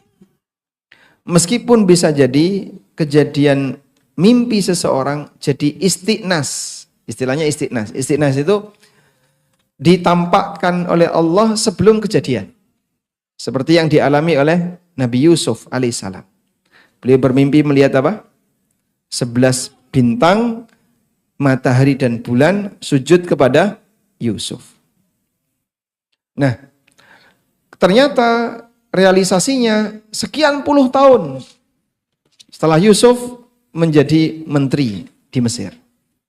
Mimpinya terjadi saat beliau masih anak-anak. Dan untuk sampai merealisasikan mimpi ini, dia menjalin hidup yang sangat menyakitkan. Mulai dari dimasukkan ke dalam sumur. Dan saat Yusuf dimasukkan ke dalam sumur kan bajunya diambil. Coba Anda bisa bayangin ya. Dimasukkan ke dalam sumur dalam keadaan tidak berpakaian. Itu nyamuknya banyak nggak Pak dalam sumur itu Pak? Belum lagi dia kedinginan. Yang kedua ditaruh di bagasi, ditemu orang ditaruh di bagasi, kemudian beliau dijual. Lalu beliau digoda untuk berzina, kemudian beliau dimasukkan ke dalam penjara, sampai akhirnya beliau jadi salah satu menteri negara. Dan sepanjang peristiwa ini, barulah setelah itu mimpinya terwujud. Sehingga Yusuf yakin, beliau tidak akan mati sampai mimpi itu terwujud. Demikian pula Yakub yakin, ketika anaknya hilang, pasti nanti Yusuf akan mendapatkan hasil seperti apa yang dia mimpikan. Baik. Ini namanya istiqnas. Sehingga Allah kasih satu isyarat bagi dia, seolah-olah akan terjadi seperti itu. Dan tidak semua orang bisa memahaminya. Kemudian yang kedua, ada mimpi yang namanya bawaan perasaan. Saking seringnya orang memikirkan sesuatu, sampai terbawa pada mimpi. Yang disebut dengan haditsun nafs. Lama nggak punya anak, tiba-tiba dia bermimpi gendong anak. Jomblo lama nggak nikah-nikah, dia mimpi berada di pelaminan misalnya. Pasangannya siapa waktu mimpi? Nggak tahu, itu nggak jelas wajahnya. Tapi dia mimpi di pelaminan. Nah itu karena apa? Bawaan perasaan. Ada satu buku ya tentang takwil mimpi yang pernah saya baca. Buku berbahasa Arab. Di situ ada satu teori. Jika Anda mengharapkan sesuatu, lalu Anda bermimpi sesuai dengan apa yang Anda harapkan, itu pertanda bahwasanya harapan Anda masih jauh.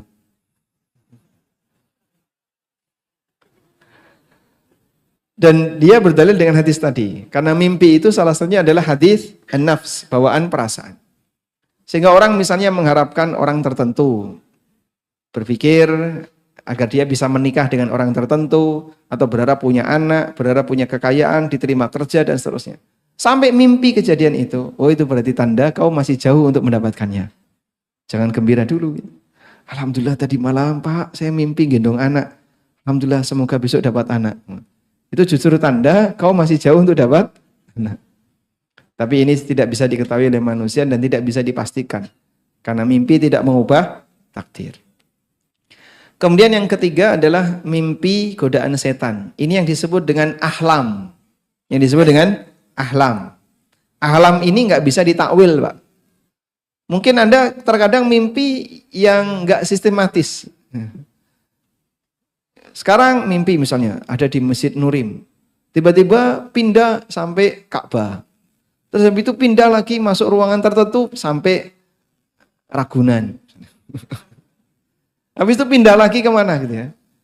Sehingga mimpinya nggak jelas. Dari satu tempat ke tempat yang lain yang jaraknya sangat jauh. Nah ini namanya apa? Ahlam. Dalam surat Yusuf Allah mengatakan qalu adghathu ahlam wa ma kunna bi ta'wilil ahlami bi alimin. Itu hanya adghathu ahlam, mimpi kalut. Nah mimpi kalut tuh nggak perlu ditakwil, lupakan saja. Dan dominan mimpi kita ini mimpi kalut. Maka kalau Bapak mengalami kejadian mimpi yang gak karuan itu, ya, Habis dari Surabaya, tiba-tiba sampai Mekah, habis itu sampai ke Jepang, terus tiba-tiba balik lagi ke Eropa lagi. Nah, yang nggak jelas seperti ini, Anda tidak perlu gubris, ini semuanya adalah mimpi kalut. Kemudian, saat kita sudah mengupayakan dengan aneka adab-adab sebelum tidur, kok masih mimpi Pak? Kenapa itu Pak? Ya, adab sebelum tidur itu sebab. Tapi terkadang ketika orang sudah melakukan sebab tertentu, tidak ada jaminan dia akan mendapatkan sesuai dengan apa yang dia harapkan. Sebagaimana saya sudah kerja keras, saya sudah berusaha untuk ibadah, tapi utang saya kok nggak lunas-lunas. Ya, Anda sudah melakukan sebab, tapi harapan belum tentu terwujud seketika. Sebab kita hanya bisa berikhtiar, namun hasil kembali kepada Allah. Sehingga jadikan ini sebagai ujian, dan Anda harus tetap tawakal, lanjutkan adab-adab sebelum tidur, nanti insya Allah akan ada hasil. Walaupun Anda mungkin masih bermimpi, sebab tidur yang Anda selenggarakan, yang Anda lakukan tadi, akan menghasilkan pahala. Wallahu a'lam. Berikutnya, pertanyaan pertama, bolehkah kita berwasiat kepada keluarga, istri, suami atau anak, apabila mati maka tidak dilakukan acara tahlilan? Yang kedua, apabila wasiat tersebut tidak dijalankan, berdosakah keluarga tersebut? Nabi SAW pernah bersabda, Innal mayyita la yu'adzabu bibuka'il hayyi alaih.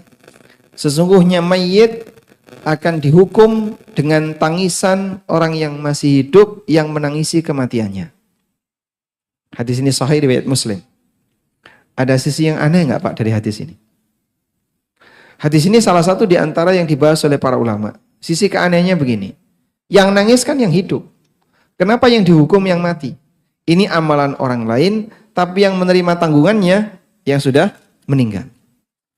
Nah, disinilah kemudian ulama berbeda pendapat dalam menjelaskan. Salah satu di antara penjelasan mereka adalah, kenapa tangisan orang hidup ini menyebabkan orang mati tadi disiksa? Satu, karena dia pernah berwasiat. Sehingga tangisan orang hidup ini adalah melanjutkan pesanan dia sebelum dia mati. Nanti tolong ya, kalau saya sudah mati, tangisi saya. Bila perlu nyewa orang untuk nangis. Nah, maka dia nanti dihukum karena itu. Yang kedua, dia sudah tahu bahwasanya keluarganya ini pasti akan menangisi dia. Tapi dia tidak memberikan peringatan sebelum dia mati. Maka ini sama dengan membiarkan terjadinya pelanggaran syariat yang akan terjadi pasca kematiannya. Yang dilakukan oleh keluarganya. Bahwasanya keluarga si A akan melakukan maksiat itu pasca kematiannya. Tapi si A waktu masih hidup tidak berwasiat untuk meninggalkannya. Maka si A dihukum. Paham insya Allah ya? Jadi misalnya, di keluarga si A ini ada budaya bahwa siapapun yang mati maka nanti akan dinyalakan obor di kuburan. Habis itu misalnya disirami kembang setaman, lalu makan-makan di situ, nyembelih kala yang memahami adanya pelanggaran aturan syariat, yang memahami adanya pelanggaran aturan syariat pasca kematiannya, maka dia wajib berwasiat. Kalaupun tidak diselenggarakan, itu tanggung jawab yang masih hidup, tapi dia sudah lepas tangan. Ya, jadi misalnya dia paham, nanti kalau saya mati biasanya istri saya bakar diri. Misalnya, maka dia harus kasih tahu, kalau aku mati, satu, aku berwasiat, satu, tidak boleh ada satupun yang nangis meraung-raung, tidak boleh ada yang gundul rambut gara-gara kematianku, kayak orang jahiliyah dulu, mereka sampai gundul rambut. Nah, jika kita sepakat bahwa peringatan kematian sekian hari, dan di akhir dari buku ini saya sebutkan ya, keterangan beberapa ulama Syafi'iyah, seperti keterangan Imam Asy-Syafi'i, kemudian keterangan Abu Bakar Ad-Dimyati dalam kitab beliau I'anatut Talibin. Di sini ada keterangan Imam Syafi'i. Imam Syafi'i mengatakan wa akrahul ma'kam wa hiyal jama'ah wa illam yakun lahum buka. Fa inna dzalika yujaddidul husna. Aku benci acara maktam, yaitu kumpul di rumah duka walaupun tanpa tangisan. Karena hal ini akan mengenang kesedihan. Kemudian Abu Bakar Ad-Dimyati, beliau ulama Syafi'i, Anda yang mondok di pesantren Syafi'iyah pasti paham buku I'anatut Talibin karena termasuk salah satu kurikulum. Beliau mengatakan ma yaf'aluhun nas minal ijtima' inda ahlil mayyit wa san'it ta'am minal bida'il munkarah allati yusabu ala man'iha waliyul amri. Apa yang dilakukan oleh masyarakat berupa berkumpul di rumah keluarga mayit untuk membuat makan, kemudian membuat makanan untuk para pelayat, termasuk bid'ah yang tercela, dan penguasa akan mendapatkan pahala jika mencegahnya. Wafil Bazzaz, lanjut keterangan beliau dalam kitab Al-Bazzaz, wa yukra'u ittikhadu ta'am fil yaumil awwal wa thalith wa ba'dal usbu'. Dibenci membuat makanan pada hari pertama, hari ketiga, dan sepekan, seminggu setelah kematian. Jadi budaya ini sudah ada sejak itu. Dan mereka, para ulama-ulama ini sudah melarangnya. Ya wallahu alam kalau masih dipertahankan di sebagian tempat di Indonesia, bahkan itu jadi salah satu tanda, apa Pak? Tanda loyalitas dia kepada kelompok tertentu. Yang seperti ini berarti dia loyal dengan kelompok kami. Yang tidak seperti ini berarti dia nggak loyal, bahkan bertentangan dengan kelompok kami. Baik. Nah, sekiranya kalau kita mengikuti pendapat para ulama Syafi'iyah yang tidak membolehkan praktek tadi, maka Anda bisa berwasiat. Aku berwasiat kepada istri dan anakku jika aku mati, jangan adakan peringatan kematian. Atas pesan yang disampaikan oleh Imam Syafi'i. Hukumnya apa? Disyariatkan. Wallahu a'lam. Berikutnya di luar tema karena darurat ya ini. Darurat. Insyaallah. Dan sudah mulai tersebar banyak di masyarakat. Assalamualaikum Ustadz. Waalaikumsalam. Jika wanita tidak berniat menikah lalu memilih menerima donor sperma atau tanpa menikah, apakah hukumnya mubah? Tentu rekod pendonor sperma didapatkan dokumennya dari rumah sakit untuk tindakan preventif di kemudian hari anak tersebut tidak menikah dengan yang sedarah. Bagaimana Ustadz? Jazakumullah khairan. Ya jelas haram ya. Walaupun tidak sampai hubungan badan, tapi dia akan hamil dengan lelaki yang bukan suaminya.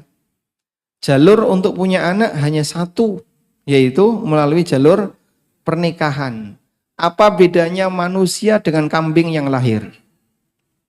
Kambing nggak punya nasab, manusia punya nasab. Sehingga ini anaknya siapa? Oh ada bapaknya.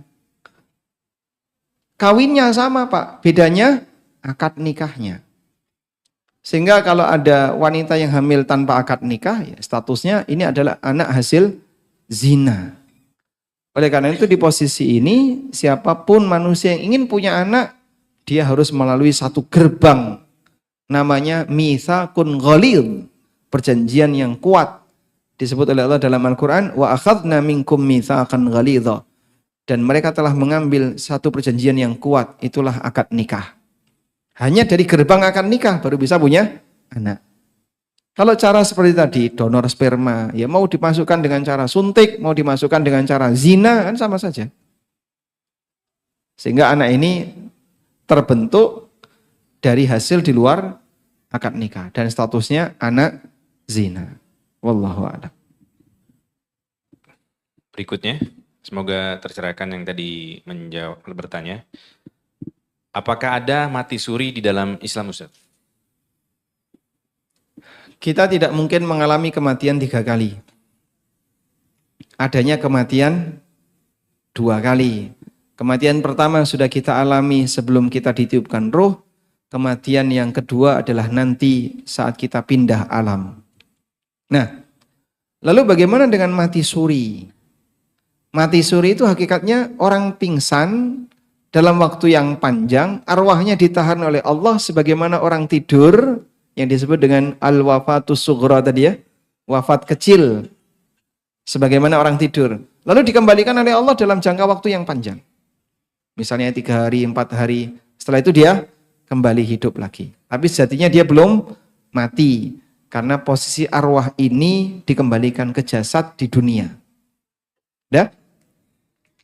Terus Pak, itu yang mati suri kan melihat kejadian-kejadian aneh. Orang mimpi juga sama. Sehingga ketika dia mimpi, dia bisa melihat kejadian-kejadian aneh. Allah tampakkan dalam mimpi seperti yang tadi dialami Thalha bin Ubaidillah. Beliau melihat kejadian apa? Ada orang yang menunggu di pintu surga. Dan dia bisa cerita. Dan sangat mungkin misalnya orang bermimpi masuk neraka, atau orang bermimpi melihat surga, atau orang bermimpi ketemu Nabi SAW, sebagaimana yang pernah beliau sampaikan, man ra'ani faqad ra'ani fa inna syaitana la yatakhayyalu bi. Siapa yang mimpi melihat aku, berarti betul dia bermimpi melihat aku. Karena setan gak bisa menampakkan wajahnya seperti wajahku. Dan ini ketika para sahabat ngerti, karena beliau pernah ketemu, mereka pernah ketemu Rasulullah SAW. Ketika Nabi SAW sudah wafat, sahabat mimpi ketemu Nabi SAW bisa mengenali. Tapi yang selain sahabat kan tidak tahu. Makanya mereka hanya bisa mengkonfirmasi mimpi tadi dengan membaca keterangan tentang ciri fisiknya Rasulullah SAW. Saya bermimpi Pak, Nabi itu kayaknya Pak. Kok kamu tahu? Iya itu, pakai jubah putih, rambutnya putih semua, jenggotnya putih, gendong tas Hello Kitty. Masya Allah. Pak. Terlalu jauh. Ubannya Rasulullah SAW itu bisa dihitung. Sehingga kalau Bapak melihat jenggotnya putih, rambutnya putih semua, itu bukan Nabi SAW. Karena uban Nabi SAW bisa dihitung. Sebagaimana keterangan Anas bin Malik. Wallahu a'lam. Berikutnya, bolehkah kita menghadiri acara persemayaman jenazah seorang non-muslim? Apa batasannya walaupun hanya untuk menunjukkan simpati, rasa hormat dan menghibur keluarga yang ditinggalkan karena kerabat kita? Baik, di buku ini ada ya. Kalau Anda punya bukunya, nanti silahkan dibaca. Takziah kepada orang kafir, bolehkah mengantarkan jenazah non-muslim di halaman 201 dan 204. Kalau belum punya buku, pinjam sebelahnya ya. Nanti boleh baca sendiri. Cukup insya Allah. Lanjut. Bismillah. Ana peruqyah 7 tahun lamanya sering dapat jemaah mati setelah diruqyah. Adakah peristiwa ini terjadi di zaman sahabat atau tabi'in? Lalu apa ibrohnya Ustadz? Pengobatan itu kan ada dua Pak ya. Tapi semuanya adalah sebab. Jadi begini. Sakit, berobat itu sebab, sembuh itu hasil.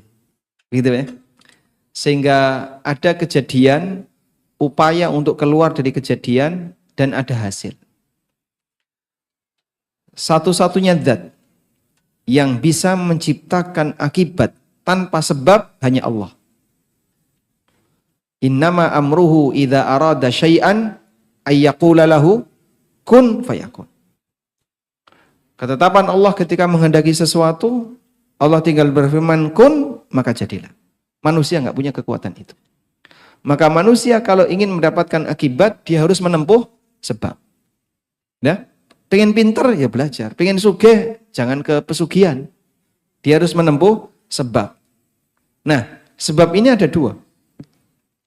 Sebab yang sifatnya kauni. Sebab kauni itu dipahami oleh manusia dari proses belajar. Sehingga terbukti secara empiris ada hubungannya. Misalnya pusing, minum obat. Sakit A, minum obat. Dan seterusnya. Sakit B, operasi. Sakit C, dia harus di treatment tertentu. Ini namanya sebab apa? Kauni. Yang kedua ada sebab syar'i. Sebab syar'i adalah sebab yang dipahami oleh manusia dari dalil. Saya meyakini ini bisa karena Nabi SAW pernah mensabdakan.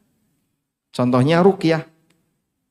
Sehingga ruqyah secara bukti ilmiah kauni mungkin kesulitan untuk dibuktikan. Apa hubungannya ya antara sakit ini dengan ruqyah?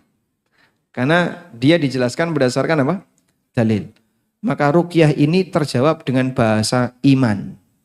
Terjawab dengan bahasa iman. Sehingga orang paham karena dia beriman. Baik. Namanya usaha, hasilnya ada dua. Berhasil atau gagal. Pak, gimana Pak? Ada orang yang berobat di dokter, begitu disuntik, mati. Gimana itu Pak? Sama halnya seperti Anda ngeruqyah, ketika Anda ruqyah, mati. Disalahkan nggak si ruqyah? Kalau dia sesuai protap atau sesuai SOP, nggak disalahkan. Ada pasien dibawa ke rumah sakit. Terus ditangani sama dokter. Sesuai SOP. Di tengah proses penanganan mati. Disalahkan nggak dokternya? Nggak disalahkan? Tidak. Kenapa tidak? Apakah dokter dianggap membunuh? Tidak. Ketika dia kerjakan sesuai SOP, dia tidak dianggap membunuh. Anda juga sama. Ketika Anda ngeruqyah, di tengah Anda ngeruqyah, mati. Selama ruqyah Anda sesuai SOP, Anda tidak disalahkan. Kecuali kalau Anda ruqyah sambil bawa pedang. Atau bawa pentung. Ngeruqyah sambil dipentung-pentung. Mati. Bisa jadi Anda disalahkan. Wallahu a'lam. Berikutnya. Afwan Ustadz, seperti yang kita tahu, syaitan akan menggoda manusia sampai dia mati. Yang ingin Anda tanyakan di sini adalah, apakah pada saat sakaratul maut, syaitan juga akan menggoda kita, dan seperti apa bentuk godaannya Ustadz? Barakallahu fiik. Di bagian ini juga saya singgung. Saat kematian tiba, atau sebelumnya, menjelang kematian. Di situ ada godaan setan menjelang kematian, di halaman 96. Saya bawakan dua cerita yang pernah dialami oleh seorang ulama dari Cordoba. Di sini ulama yang saya bawakan ceritanya adalah keterangan Abul Abbas Ahmad bin Umar Al-Qurtubi. Kemudian yang kedua kisah yang dialami oleh Imam Ahmad. Orang pertama, orang Qurtubi ini, pada waktu menjelang dia mati ditalkin sama orang-orang di sekitarnya. Tapi dia malah mengatakan, enggak, pergi kamu, enggak, pergi. Terus setelah itu beliau pingsan. Ketika sadar ditanya, kamu tadi kok malah ngusir kita? Ditalkin la ilaha illallah malah disuruh pergi. Terus dia cerita, tadi ada setan, dua setan tiba-tiba datang dan dia mengajak saya. Mut Yahudiyan fa innahu khairul adyan. Ayo jadi Yahudi, matilah Yahudi karena Yahudi adalah agama terbaik. Yang satu juga ngajak. Mut Nasraniyan fa innahu khairul adyan. Ayo mati jadi Nasrani. Karena ini agama yang terbaik. Nah, orangnya dalam situasi itu dia menolak. Yang lain enggak lihat, dia yang lihat. Hal yang sama juga dialami oleh Imam Ahmad. Saat anaknya berada di dekatnya, Imam Ahmad tiba-tiba berteriak, la bu'dun, la bu'dun. Enggak, belum sampai di situ, belum sampai di situ. Lalu ketika Imam Ahmad ditanya oleh anaknya, kata beliau, inna syaitana qa'imun bihidai adin ala anamilihi. Setan tadi berdiri di sampingku sambil gigit jari. Yaqulu, lalu dia mengatakan, ya Ahmad futani, wahai Ahmad kau hebat. Aku gak bisa menggodamu. Lalu fa'ana aqul, maka aku sampaikan, enggak, masih jauh, masih jauh. Maksudnya adalah ketika setan sudah enggak sanggup menggoda Imam Ahmad untuk jadi sesat, dia goda Imam Ahmad untuk ujub di akhir hayat. Apakah mungkin Pak manusia mengalami situasi seperti ini? Sangat mungkin. Sebagaimana terjadi pada A, B, mungkin terjadi pada kita. Maka perbanyaklah memohon bimbingan kepada Allah sampai akhir hayat. Nah, dua pertanyaan terakhir. Istri saya sering bermimpi bertemu dengan ibunya yang telah meninggal. Apakah bisa dikatakan benar bertemu dengan arwah ibu? Dan di dalam kepercayaan masyarakat, kalau orang yang sudah meninggal mengajak kita menaiki kendaraan bersama, nanti kita bisa ikut meninggal. Apakah ini termasuk kesyirikan? nah. Yang kedua ini bukan kesyirikan ya. Tapi kita tidak mempercayai hal itu. Sehingga ya nggak ada hubungannya antara diajak naik kendaraan orang yang sudah mati, berarti kita sebentar lagi akan mati. Ingat, ajal itu hak Allah 100%. Sehingga nggak ada istilah, kalau foto bertiga nanti yang tengah mati. Saya sampaikan, yang benar tiga-tiganya mati. Kan enggak ada yang kekal. Terus Nggak ada istilah kalau seperti ini cepat mati, yang kayak gini cepat mati. Kematian tidak lebih cepat gara-gara diharapkan dan tidak tertunda gara-gara ditakuti. Sebab Allah yang membatasi. Fa idza jaa ajaluhum fala yastakhiruna sa'atan wa la yastaqdimun. Kalau sudah datang ajalnya tidak bisa ditunda sesaat maupun dipercepat sesaat. Kemudian arwah orang yang masih hidup bisa nggak ketemu dengan orang yang sudah mati dalam mimpi? Jawabannya bisa. Dan ini sebagaimana keterangan Ibnu Abbas, juga yang disebutkan dalam keterangan Ibnu Qayyim dalam kitab beliau Ar-Ruh, ketika beliau menafsirkan Allahu yatawaffal anfusa hina mautiha wallati lam tamut fi manamiha. Allah mewafatkan jiwa yang sudah mati dan yang belum mati ketika tidur. Itu arwahnya ketemu, setelah itu yang masih hidup balik lagi. Seperti yang dialami oleh Tolha dengan AB tadi. AB sudah mati, Tolha ketemu. Dan pernah terjadi pada Thabit bin Qais bin Syammas. Beliau ketika sudah meninggal dunia, arwah beliau atau ada orang yang bermimpi ketemu dengan Thabit bin Qais. Thabit ini meninggal dalam peristiwa perang, mati syahid.